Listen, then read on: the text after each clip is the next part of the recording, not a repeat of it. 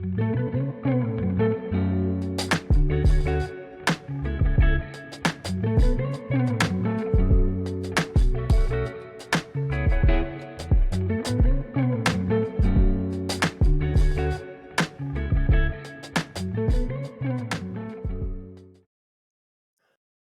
and welcome to Health Crusaders, the podcast where we dive into innovative and inspiring health journeys, uncover expert insights, and empower you with practical strategies to live your healthiest life. Hi, I'm your host, Bob Priest, and today we have an incredible guest joining us, Aubrey Winkler. Aubrey has a fascinating background that weaves together traditional and holistic healing from her early passion for literature and anthropology to working in massage therapy, energy healing, and eventually becoming a physician assistant, specializing in psychiatry. She has dedicated her life to helping others heal in a variety of ways. And today she's also partnered with Life Vantage, working with plant-based biotechnology solutions that align with her holistic approach to health and wellness. Aubrey, welcome to Health Crusaders. Thank you so much. That is a lovely introduction, and I'm so glad you reached out to me to do this. I'm so excited. Yeah, it was really exciting meeting you and getting to talk the other day, and I've really had fun studying you a little bit, looking at the things that you've done in life, and you're pretty eclectic young lady. So I'm excited to introduce you to my audience and hopefully something that people will garner from what you do. Your journey has such a rich blend of different disciplines, from writing to Zen Buddhism to massage therapy and then back into Western medicine. Um, Take us back to the moment when you realized you were at your core a healer. What was that experience like for you? Yeah, so it's a little hazy, but I remember the feeling in the day because I was out in San Francisco where I was living after college and I was writing for Lit Mag, and I ended up kind of randomly working at this beautiful bookstore that was run by a Zen Buddhist where people would come not just shop but also sit in meditation for like 4 hours every weekend. So it just had this incredible essence about it, that people were drawn to. So all sorts of people would come in and schmooze and talk. I remember one day this woman, Kim, came in who was a regular and would come chat with me all the time. And she was just talking about being in the flow with the universe and kind of, instead of fighting it, just rolling with it, whatever that meant to her and to me. And somehow in there, I just got this feeling that I liked what I was doing. When I majored in English, I knew I was not going to be a professional writer. That's not what I was trying to do. And I just started feeling like one of my purpose was to want to be a healer. Then it was just a matter of figuring out what that meant for me. So I started looking into what was around. I looked into positive psychology, therapy, and eventually decided on massage therapy just because I loved the concept of, the power of human touch and how therapeutic that is. It's pretty powerful, isn't it? Yeah. I've enjoyed my experiences with massage therapists, and I go in tight as can be, and I come out just relaxed, and I feel like a different human being. It's really incredible. And, you can go for the general relaxation, calming engaging the parasympathetic nervous system. And then there's that deeper work that is just so Mhm. specific that it can really help with injuries and pain. And, I found it to be wonderfully helpful. That's neat. Now, you also have been involved in Reiki. Is that correct? Yes. Can you explain what that discipline is? A lot of our folks, this is part of my calling, my mission is to crusade for holistic, functional, alternative kind of medical practitioners so that we can get the word out there that there's more to it than kind of the woo woo stuff. We're thinking about what this is. Yes. So anyway, go back and explain that to us and tell us a little bit more what it's about, what it really does, how it can open you up.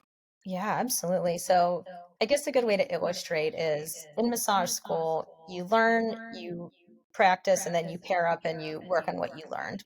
So one day I paired with this woman I was in school with, and after she gave me a massage, I said, "Oh my gosh, like, what just happened? That was the most relaxing, like healing 30 minutes of my life." And she said, "Oh, I was doing Reiki." And I had never heard of it.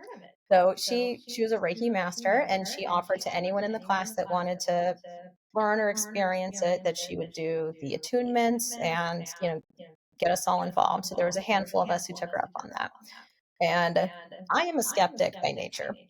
So Mm. I went into it open-minded, but pretty skeptical. And what I found Reiki to be is, imagine there's this just kind of universal healing energy just there, right? In the world. And when you are attuned to Reiki through this kind of process, it's like turning the switch on a radio. So, you're flipping through and you get to Mm. FM 94.1 and then you hear the radio station. It's kind of like you energetically get tuned into that universal healing energy. And then you just channel that. You kind of like settle into it, lay hands on someone. You don't actually even have to be touching them. You can be kind of just like engaging with their, energetic field that's around all of us. Um, and through that, you just sort of are the reed through which this healing energy is channeled. And skeptic or not, I went in and had the most powerful, tangible, real life experiences with this that I came away an absolute believer. And um, just y- it's hard to describe, but when you are working on somebody and you can feel like whether your hands get hot or tingly or whatever it is, and it kind of you experience it as well. Hmm. I It was cool. my background was a music teacher. I was a band director, and in the world of band, everything's based around frequencies. How you play, everything you play, the instrument you play, either vibrates or buzzes or taps, rhythms and frequencies. So our body's made up of that. And can't tell you how many times in my life there would be a certain chord that my band would play or a certain pitch that one kid would play over another that would do something to my body. It would either relax me or I could feel the pulsating because I was in tune with it. The frequencies were the same. So I totally get what you're talking about. And I do believe it's a it's not as far fetched as we sometimes like to make things be. Yeah, I And think it's pretty simple. I love that music analogy. That's so cool. I don't quote me on this because I did not follow up on verifying, but I swear I just saw an article about how there's finally research that classical music was like shrinking cancer cells, something along those lines. Again, not verified, but the premise is there. Like, it's scientifically clear that we exude an energetic field as mm, beings. um, so the premise is really just different ways of interacting with that field. well, you talk about the classical music. Back when I was in grad school, I had read a similar research paper that talked about Baroque music, which is earlier than classical. And it's Baroque music is very kind of generic. It doesn't have a lot of highs, doesn't have a lot of lows. It just kind of bounces along. And think about Bach or early Bach, Mozart, stuff like that. But um, and study. And if you would listen with that music in the background while you're studying, that you'd be able to retain more because of the way it's affecting your overall body. So, people could have looked at that as quackery or whatever back then, but I did it. And I'm a Yeah. firm believer that it helped me get through graduate school. I mean, So, once you experience it, you walk away, yeah, feeling and, it's and real, that's right? it. Yeah. When we can experience something, then all of a sudden we have a different opinion about it. Yeah. And you know So what they let's say about go ahead, if say it that ain't again. broke, don't fix it. That's right. So you made a really big shift from your massage therapy, your Reiki involvement, and you ended up changing to a whole nother field. But tell us how you got there. What happened that helped you to make that shift, or that maybe forced you to make that shift? Yeah, so, long story short is I fell in love with a boy, so I ended up moving to Cleveland, Ohio. Um, no regrets, you know. I, worked with the medical board in Ohio for several months before I went out there saying, "Here is my California certification. How do I translate it to Ohio?" I took this huge test to verify I'm competent, do all the things, ready to go. And then when I got out there through the magical journey of Kafka, they changed their legislation to completely negate my entire massage training. Oh my gosh. So, you can do a little bit of massage without the certification, but to practice how I wanted to practice, that was done. And I was not going to go to school for the same thing twice because I can't. It's insane. Um, so then it was on to the next idea, really, you know, um, and that was very frustrating. And at first it was a little scary, but somehow it just transpired. I've kind of my life's been very strange, and I've kind of thought of it as this series of wonderful stepping stones, some of which are very intentional and some of which were just very, I don't know, like guided by the universe or luck or whatever it is, right? But shortly after being out there and realizing I couldn't do this career that I planned on, I was hanging out with one of my friends who's in biomedical engineering, and he said, "Well, you thought about being a PA? You're smart. You like this stuff." And I had no idea what that was. I'd never thought about going into medicine. I found it really interesting. My dad was a veterinarian, so I grew up going and watching him do surgery and thought that was really cool, but had never thought of it for myself. Um, and then, turns out you can practice pretty high level medicine with your master's degree without having to give 20 years of your life to med school. Um, and that seemed very appealing. So I thought about it a lot, and I thought back to massage school and how so much of what I really also enjoyed was the science of it, the Right. anatomy and the kinesiology. And, I can actually tell you one of the moments that I really fell in love with science, and it's when I learned that the more active we are, the more mitochondria our body actually make, Absolutely. Yeah. which is that blew my mind. Now being medical, it makes a lot of sense, but at the time I thought that was magic. So from there on out, it was, you know, let's learn the science. So I did a year and a half of the prerequisite classes that I didn't do in my, liberal arts undergrad and went to PA school. That's awesome. I love my PA. She's my normal doctor that I go to, and she's got a wealth of knowledge. She's been doing it a long time. So now your PA degree was in specifically psychiatric work, correct? So PAs actually don't specify in school. So we Oh, do okay, they general don't. medical education.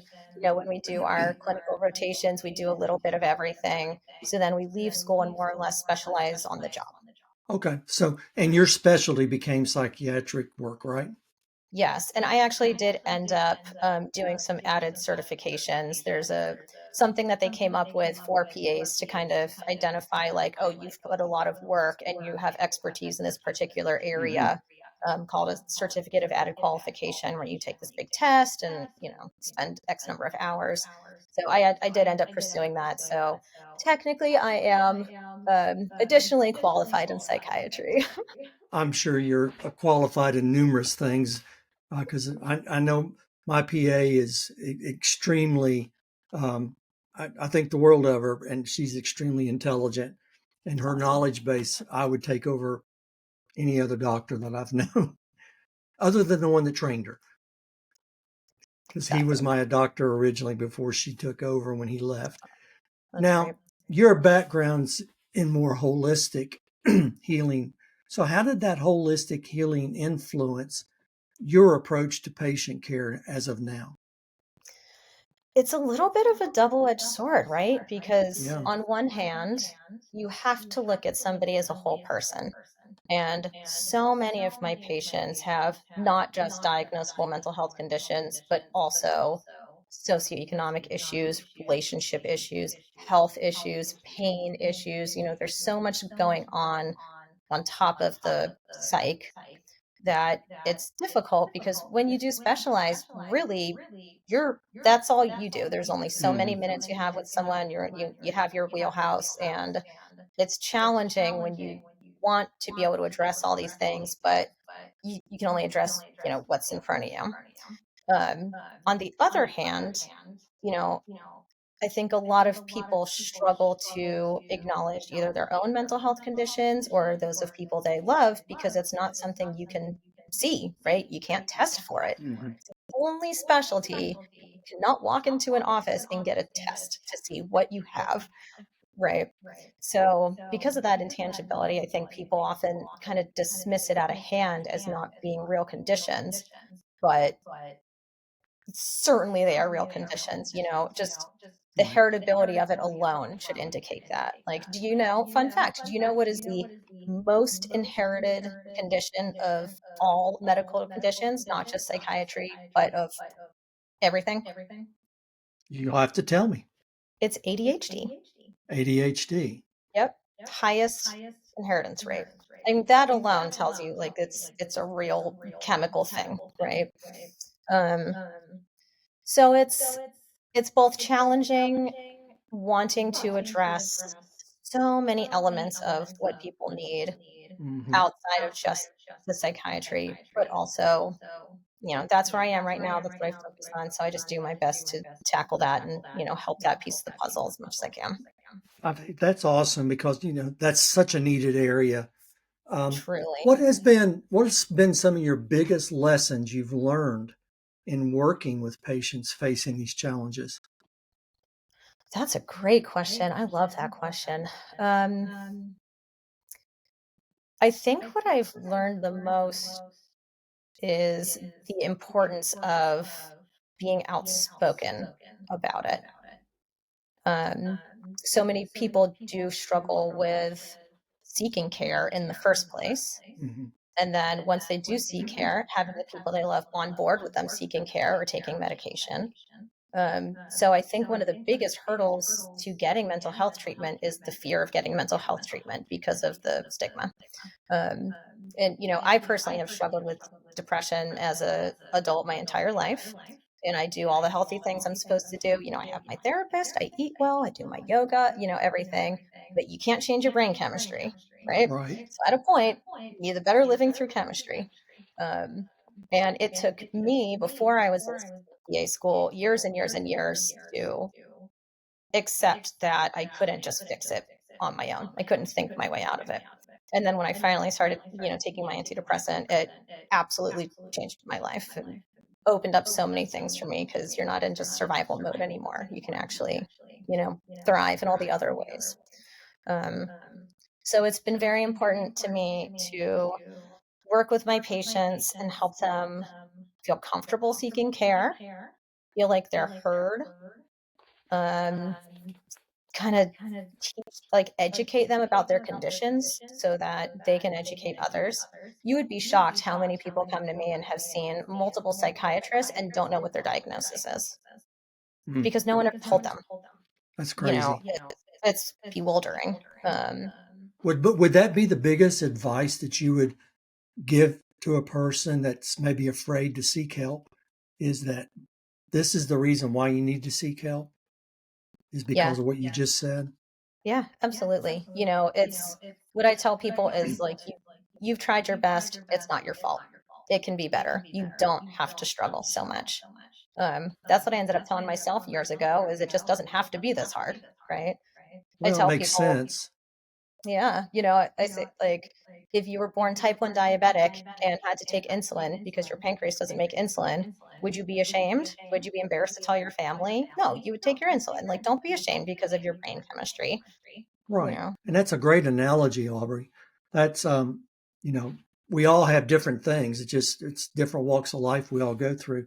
How can people take better care of their mental health in today's fast-paced world? Oh man, put your phone down. I mean, Put the everyone phone says it, but down.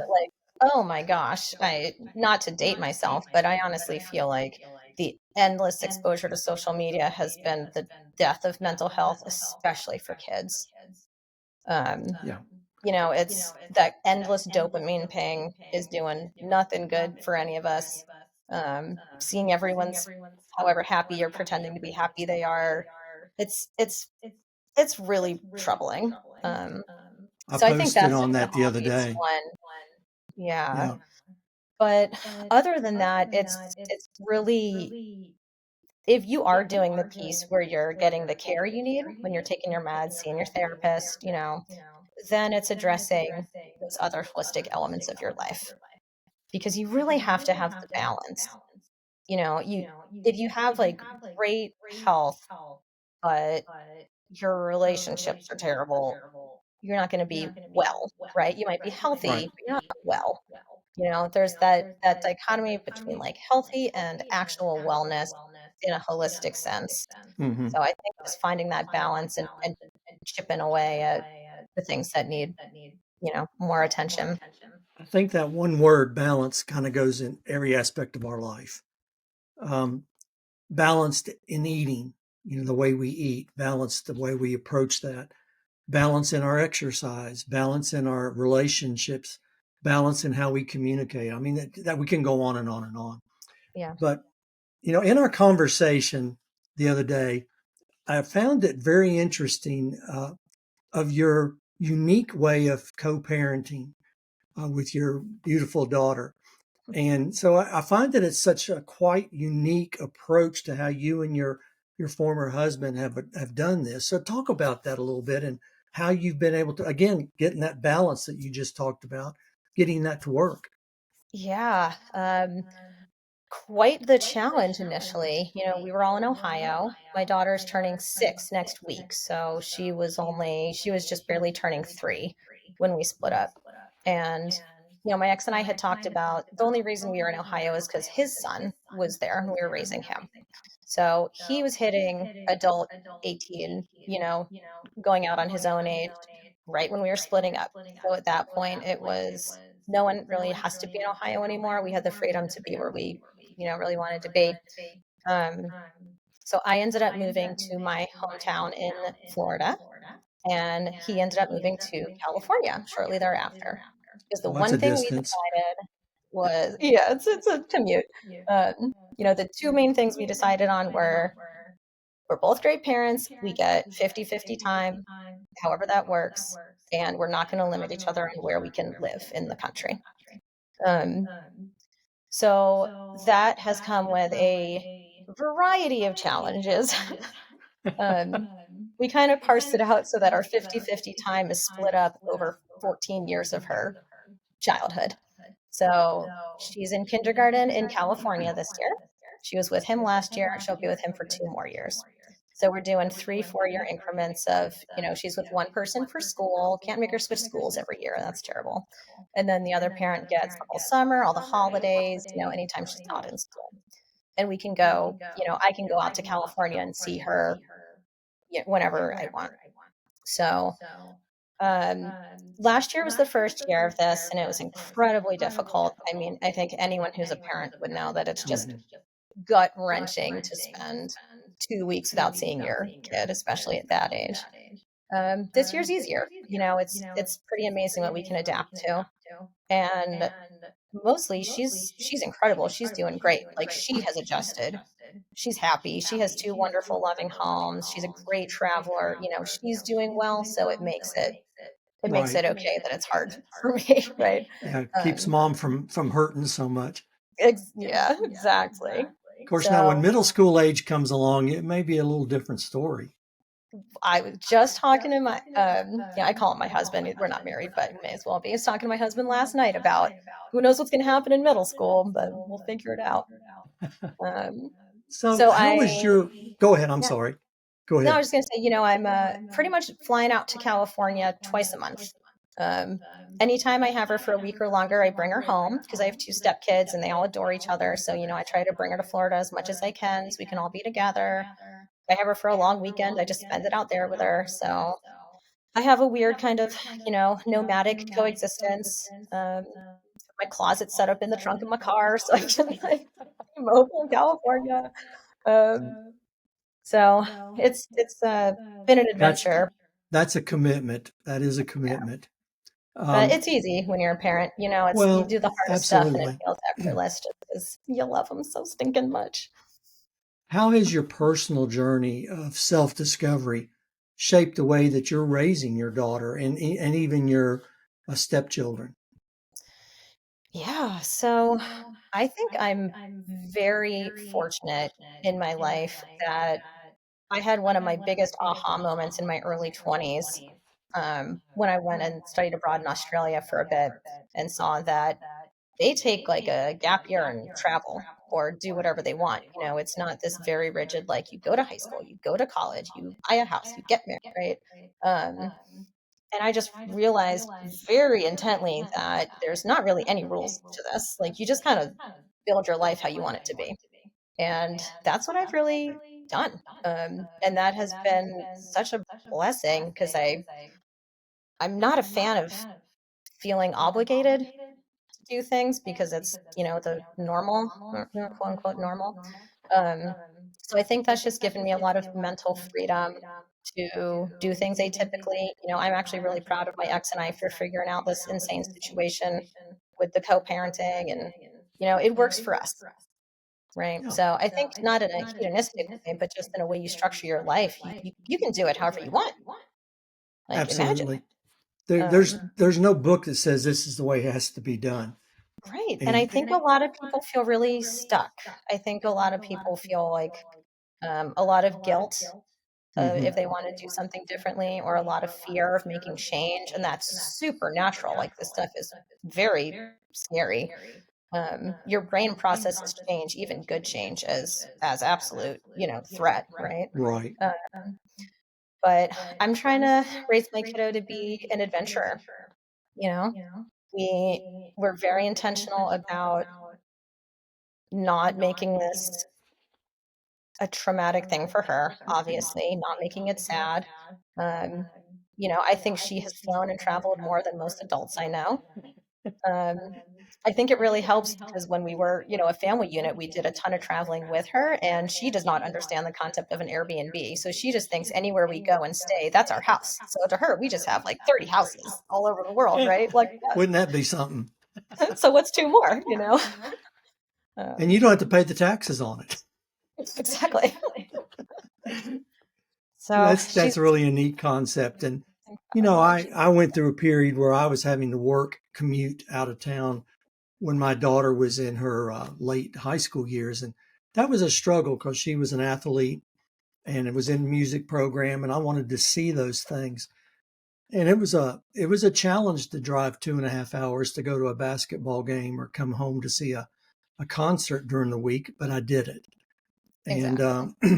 a lot of late nights, a lot of Yeah. tired eyes the next morning. But Yeah. so you do what you got to do as a parent.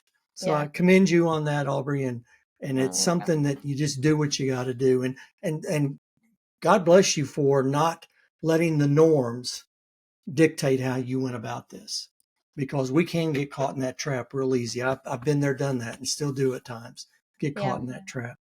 Yeah. In our conversation the other day, you shared that you've been looking for a way to be able to kind of use your time the way you want to, not be locked down behind a computer screen to do your online health work, or have to go to an office or whatever. And you shared with me that you discovered Life Vantage, and also you've had your holistic background. So tell us a little bit about Life Vantage and how you met this program, and just a little bit about it to let our audience know what it's all about and why it caught your attention. Yeah, so this really came about from our parenting situation.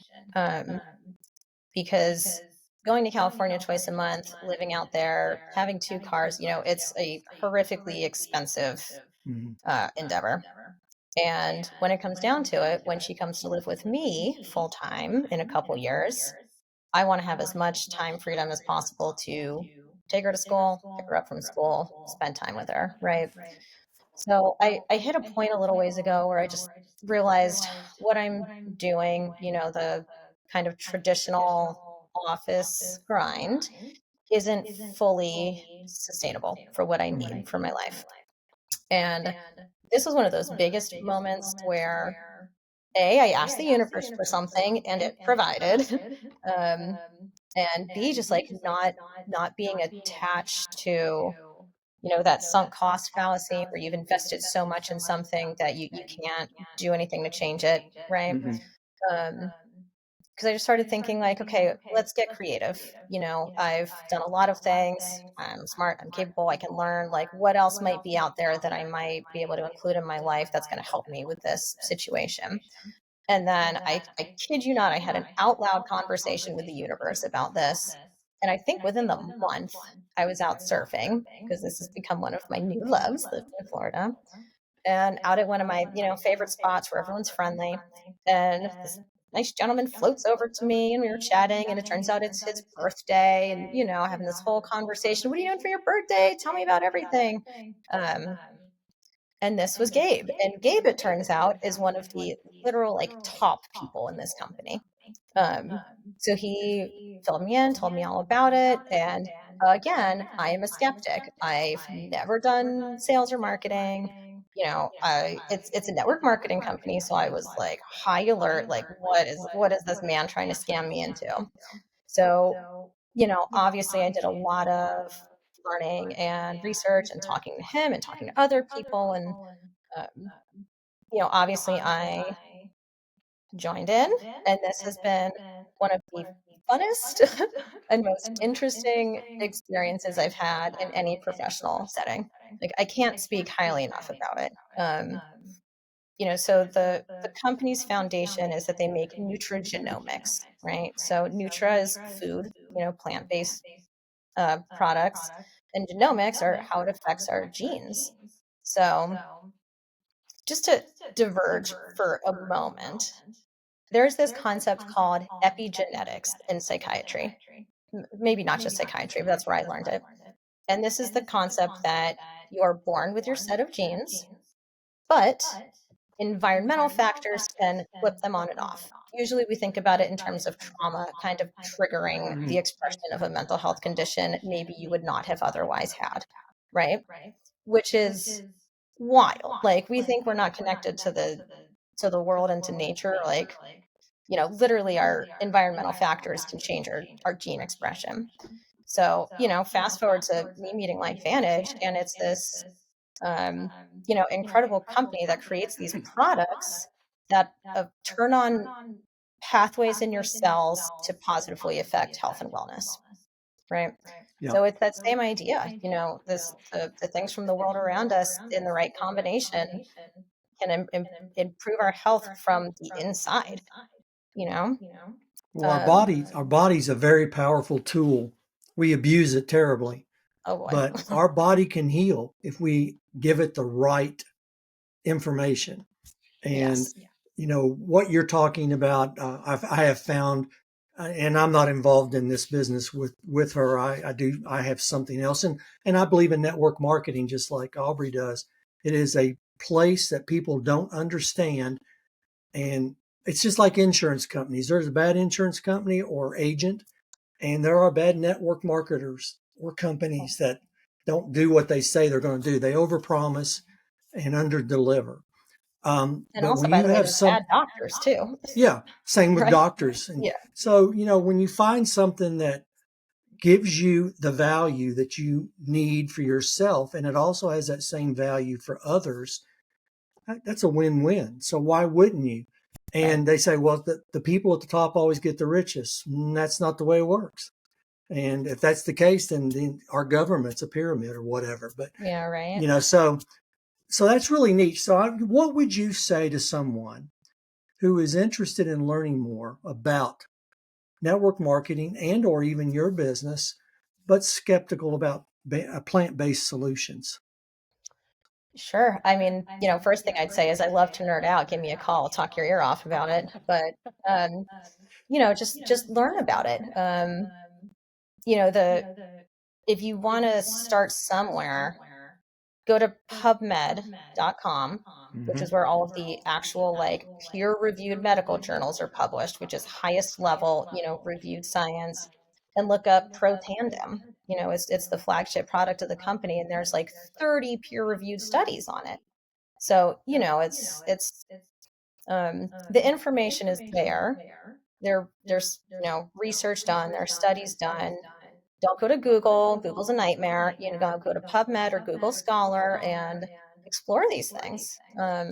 And that's And an don't be important afraid of point. network marketing. There's such a Yeah. stigma, but like, my goodness, it's been the difference to me seems like, where I am now, I'm hitting a glass ceiling. Like, it doesn't matter how good I am at my job. I'm not going anywhere, right? Right. Um, this company, there's like endless possibility of what you can achieve and more so help other people achieve because it's so service based. Um, Yeah. you know, It's who, it's who, a, it's a powerful way to do business, that's for sure. yeah, yeah, So, how do you see the future of healing and empowerment now man, that I you've kind of love, gone full circle? yeah, right. I kind of made it around. I would love the future of medicine to be more plant-based and holistic, right? I clearly fully believe in psychiatry and the need for medications in certain situations. Like, I would be the last person on earth to like say I'm going to debunk like your meds, right? Hmm. But I also spend so much of my time working with patients on the horrible side effects their med cause, right? And the other health issues the meds cause, and not being able to afford their medications, and the absurdity of our medical system. So I hope that more focus and more research goes into these more natural solutions because they're better for your body. I mean, like, Sure. getting your body to do the thing it's supposed to do is very different from, convincing your body to do something with a chemical, right?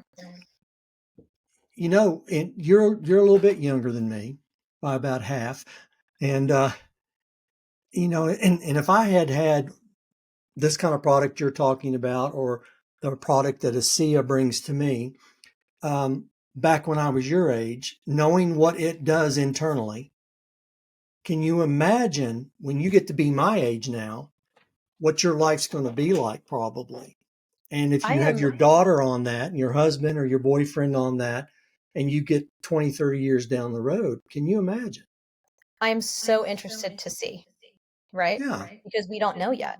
But that's right. I use a variety of the products. I absolutely love them. I've never felt better in terms of energy and stamina. And I mean, just overall, I think I sleep better. Like, it's been so excellent. And I just started using one of the newest products, which is a GLP-1 activator. So, Hmm. instead of these semaglutide injections with the plethora of terrifying side effects, it again, flips the switch on, makes your body make more GLP-1 hormone. And I'm not trying to lose weight. I'm active. I'm a healthy weight, but I have a horrible sugar addiction, and my blood work is not incredible for, being the physique I am. And, I'm really excited to see how it just helps to like empower my goals of healthy eating and healthy diet and being active. And That's I think neat. I'm going to live forever. My grandma made it to 101. I think I'm going to make it to 150. Oh my goodness. 101. That's one of those things you go, woo. Yeah. But how do you see your role in evolving as as a healer and an empowering leader? Something else that I've come to recently is that leadership, I think, is the number one thing I want to pursue in my life. Um, I love being in the, I don't want to say authoritative role, but the knowledgeable, helpful, using my expertise to help others role. I've been coming into that more. And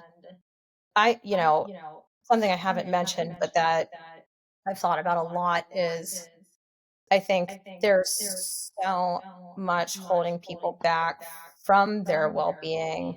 That's all their own like mental constructs. I think people, and I think women in particular, but I think a lot of people struggle with shame and guilt. I don't know Yeah. why, but Yeah. it's endless.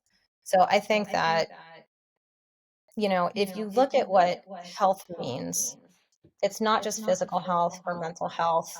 It's the emotional, it's the social, it's financial health, um, and it's purpose. And, it's all of these things that tie together.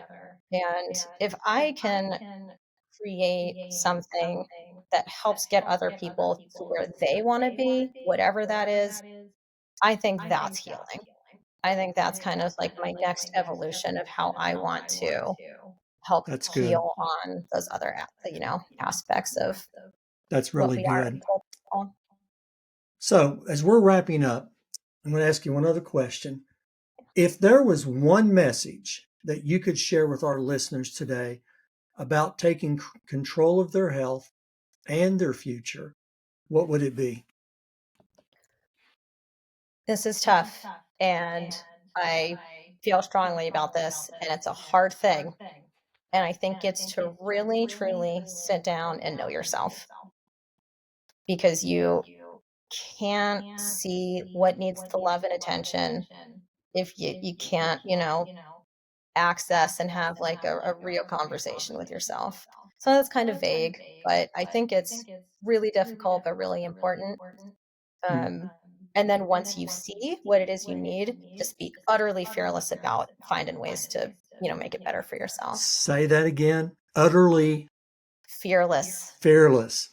right? And when you think back in your life's journey up to this point, you've had to have that utterly fearless attitude to get from the different directions that you've had to change or move in a new way, go back to school, have a child, move the child back and forth the country, between two parents.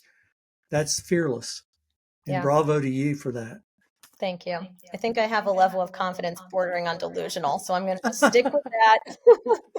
Aubrey, See where it gets me. it's been such an inspiring conversation. I love how your journey is a testament to the many ways that we can heal. And it doesn't have to be, physical healing. There's all kinds of different healing, and you touched on those, whether it's through touch or energy or medicine, leadership, education. Thank you so much for joining us today. And let me ask you this last thing that you can tell our listeners. Where can our listeners connect with you and learn more about you and your work? Yeah. Well, first off, thank you so much for having me. This has been so fun. Good. And it's nice to be able to reflect, and it brings me a lot of pride to see where I am, and a lot of excitement to see where I'm going to go next and who I can help. Um, but anyone interested in learning anything, find me on Facebook. I am there, Aubrey Winkler. I try to post a lot about kind of my journey. If you're interested in just what our company is doing and all of the amazing kind of ways it can benefit health, there's my website is adwinkler.lifevantage.com. So check it out, shoot me a message, and I'm happy to nerd out with you on any science you want to understand. That's awesome, Aubrey. Listen, folks, I've had a great time interviewing our guest today. She's a very unique young lady and has a great story that she is still developing in life. And I think she's going to go some great places. How about you guys? Thank you so much for joining the Health Crusaders podcast. It's been my pleasure to be your host today, and you all have a great rest of your week.